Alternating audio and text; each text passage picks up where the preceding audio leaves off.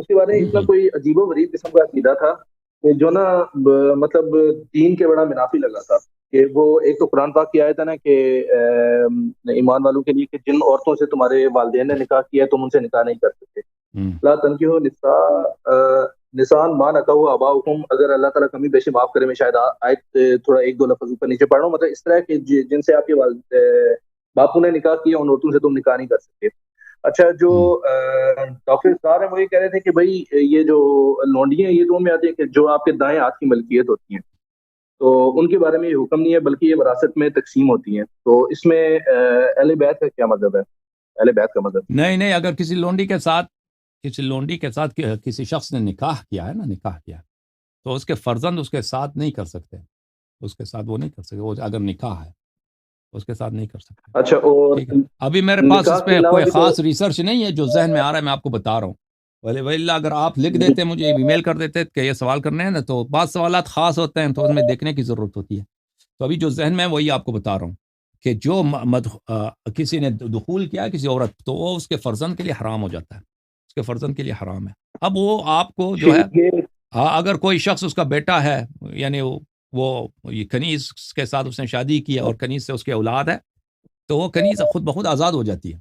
یعنی وہ جو ہے وہ اس کو ام الولد کہتے ہیں. ام الولد جو ہے وہ مثلا ایک بیٹا جو ہے, بیٹا خود کنیز کا فرزند ہے, وہ اس کی ماں جو ہے اس کے وراثت فوراً اس کے ارث میں آ جاتا ہے, وہ بیٹے کے حق سے وہ آزاد ہو جاتی ہے.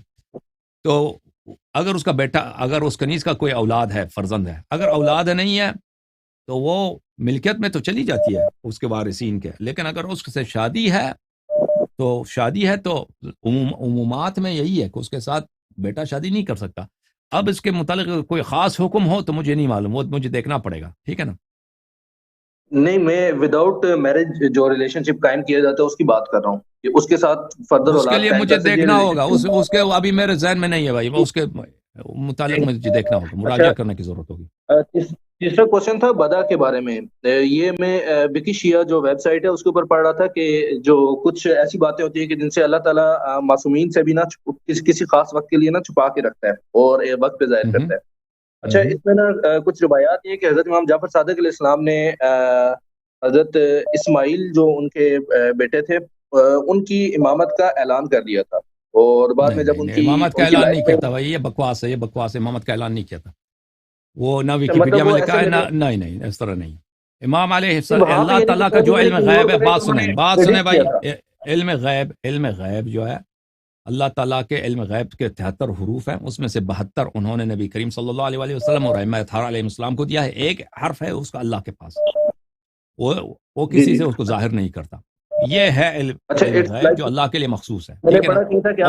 اور پھر اجازت دیں بات کرنے کی, اور پھر جو مقدرات بن جاتی ہیں, تبدیل ہو جاتی ہیں, یعنی کہ لوگوں کے موت آ جاتا ہے, حیات ہو جاتے ہیں, کسی کی عمر لمبی ہوتی ہے, تو یہ ہمیشہ تبدیل ہوتی رہتی ہے. اور اس کا علم ائمہ اطہار علیہ السلام کے پاس ہمیشہ تجدید ہوتی ہے, اس کی تجدید ہوتی ہے, ٹھیک ہے نا. تو امام جعفر صادق علیہ السلام نے اسماعیل کے امامت کا اعلان نہیں کیا تھا. یہ نہ ویکیپیڈیا میں ہے, نہ وکی شیعہ میں ہے. اگر ویکیپیڈیا میں ہے تو ہمارا عقیدہ نہیں ہے, کسی اور نے لکھ دیا ہے, وہ ہمارا عقیدہ میں نہیں ہے, شیعہ کا عقیدہ نہیں ہے ویکیپیڈیا میں. وکی شیعہ میں اس طرح کی کوئی باتیں نہیں ہیں. تو ان کے متعلق بدعہ حاصل ہوا ہے. بدعہ اس طرح حاصل ہوا ہے کہ لوگ توقع کرتے تھے کہ امام علیہ السلام ان سے محبت کرتے ہیں اور یہ امام علیہ السلام کے بڑے بیٹے ہیں, تو امامت انہی کو ملنی ہے. لوگ یہ توقع کرتے تھے. پھر اللہ کی جانب سے ظاہر ہوا کہ یہ امام نہیں ہے, یہ مر گیا, امام علیہ السلام کی زندگی میں مر گیا. بدعہ یہ ہے. لیکن امام علیہ السلام نے ان کی امامت کا اظہار نہیں کیا تھا کہ یہ میرے بعد امام ہوں گے. جی. اچھا, ایک روایت ہے, یہ کشف الغمہ ایک شیعہ کے مجتہد عالم ہے ابو الحسن علی بن عیسیٰ بن ابو الفتح اربلی, تو انہوں نے لکھا ہوا ہے کہ حضرت امام باقر علیہ السلام جو ہیں ان کی خدمت میں ایک عروہ بن عبداللہ وہ حاضر ہوئے اور ان سے استفسار کیا کہ ما قولک فی حلیۃ السیوف, یعنی تلوار کو آراستہ کرنے کے بارے میں آپ کیا فرماتے ہیں. فرمایا الابا سن قد حلی ابو بکر صدیق کو صحیفہ, یعنی اس میں کوئی حرج نہیں کیونکہ خود حضرت سیدنا ابو بکر صدیق نے بھی اپنی تلوار کو آراستہ کیا. میں نے کہا کہ آپ نے انہیں صدیق کہا, یہ سنا تھا کہ آپ جلال فرماتے اٹھ کھڑے اور قبلے کی طرف منہ کر کے ارشاد فرمایا, ہاں وہ صدیق ہیں, ہاں وہ صدیق ہیں, ہاں وہ صدیق ہیں. اور جی جو یہ نے کتاب سیکھنا چاہیے تو اللہ اس کی کوئی بھی ترتیب نہیں فرماتا. اچھا یہ کتاب لائکلی مجھے لگتا ہے کہ اہل تشیع کے مصادر میں سے نہیں ہے, یہ کوئی مطلب کافی بعد کی لکھی گئی کتاب ہے. میرا کوشچن یہ ہے کہ اہل تشیع کے مصادر میں بھی ایسی کوئی روایت ہے کہ نہیں؟ نہیں ملاحظہ فرمائے کتاب کشف الغمہ میں, کشف الغمہ فی معرفت الائمہ علیہم السلام, چھاپ دارالازوا جزء ثانی, اس میں یہ کتاب ہے. یہ آپ جو روایت کہہ رہے ہیں وہ زینت جو ہے اس کی زینت تلوار کی, لیکن اس کے جلد نمبر 1 میں, یہ جلد نمبر 1 ہے اسی کتاب کی, اس میں اس کے مقدمے میں, یہ مقدمہ ہے مؤلف کا, اس کے مقدمے میں مصنف خود کہتے ہیں وَاعْتَمَدْتُ فِي الْغَالِبِ في الغالب النقل من كتب الجمهور ليكون أدعى إلى تلقيه بالقبول. میں نے کہتے ہیں کہ میں نے اس کتاب میں اغلب جو نقل کیا ہے جمہور مسلمانوں کے اکثریت والے فرقے کی کتابوں سے نقل کی ہے تاکہ ان پر حجت ہو کہ 12 اماموں کے مناقب فضائل کیا ہے, میں نے مخالفین کی کتب سے نقل کیا ہے, کیونکہ اگر ان کے کتابوں سے نقل کریں تو ان کے لیے حجت ہوا کرتی ہے, ٹھیک ہے نا. تو یہ کوئی شیعہ حدیث نہیں ہے.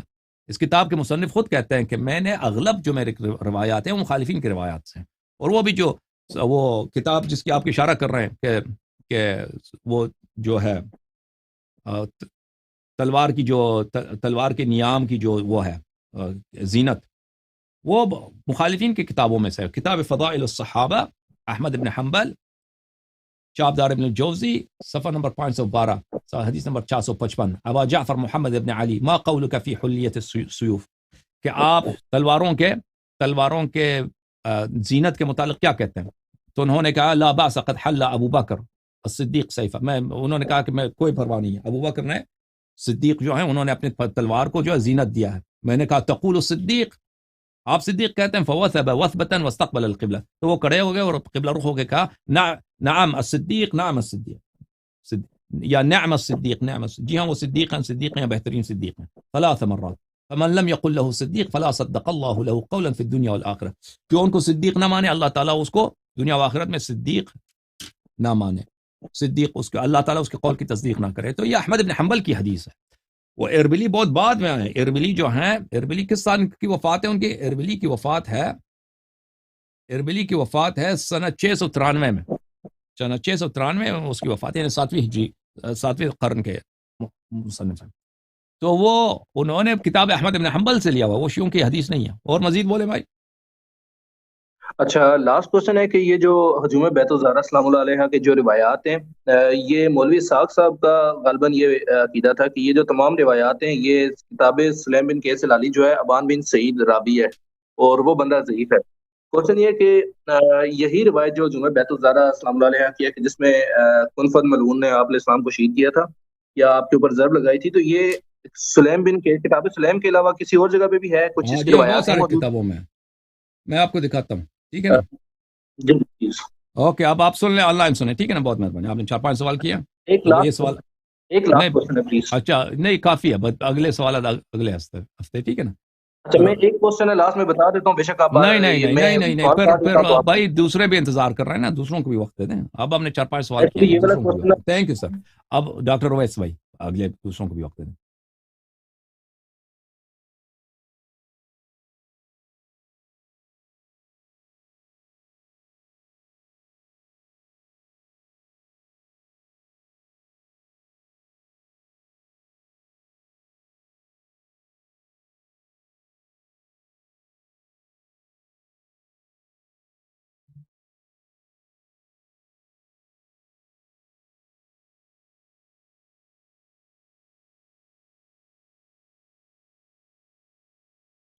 تو مولوی اسحاق نے کہا ہے کہ یہ صرف کتاب سلیم میں ہے.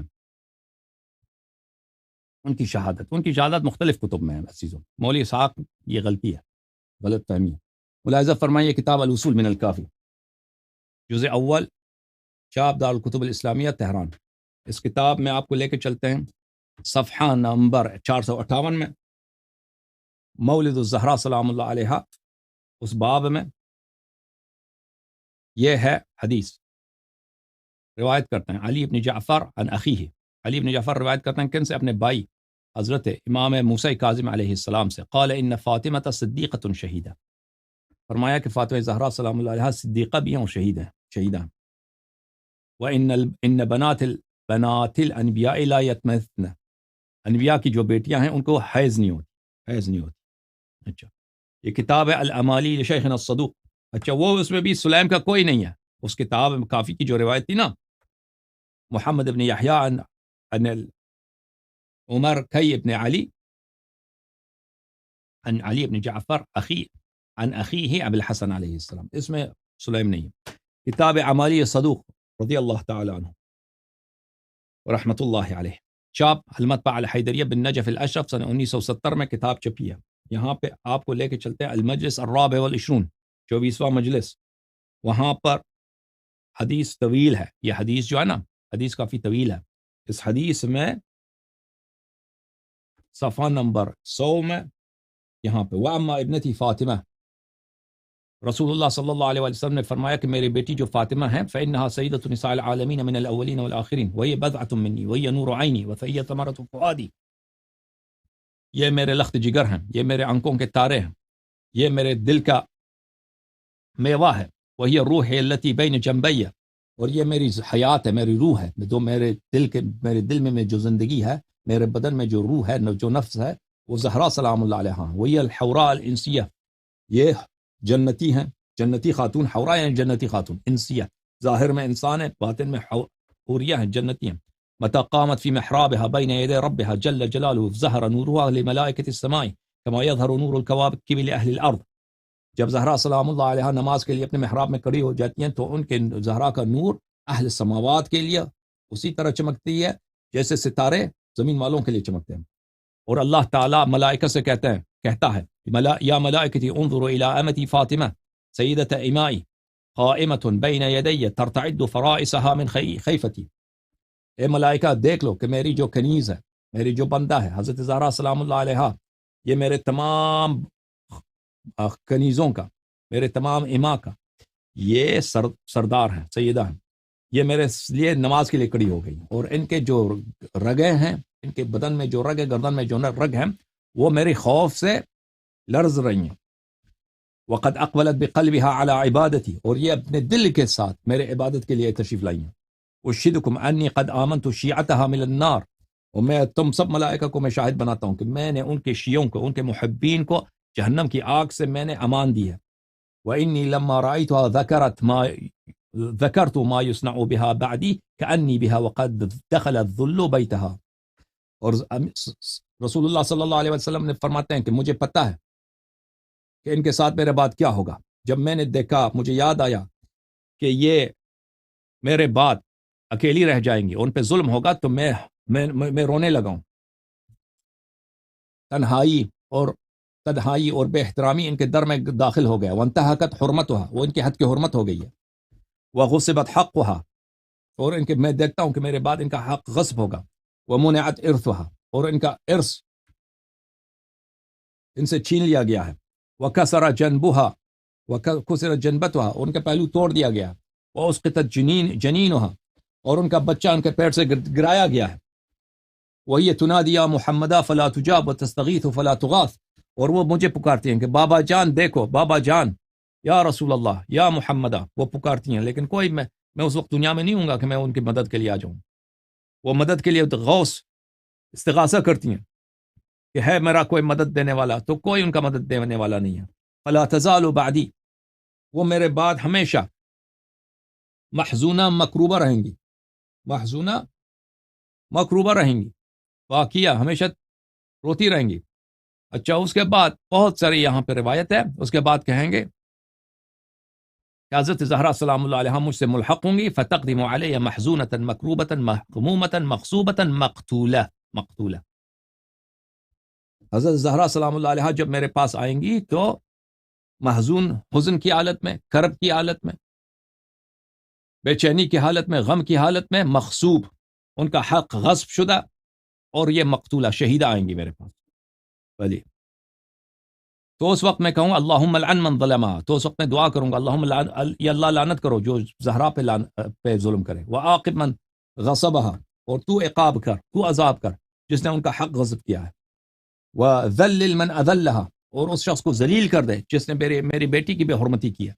وخلد فی نارک من ضرب جنینہا حتی علقت ولدہا، اور جس نے ان کا بچہ ان کے پیٹ سے گرایا، اس کو لعنت کر، اس کو جہنم میں خالد ہمیشہ کے لیے رکھ دے، ٹھیک ہے نا؟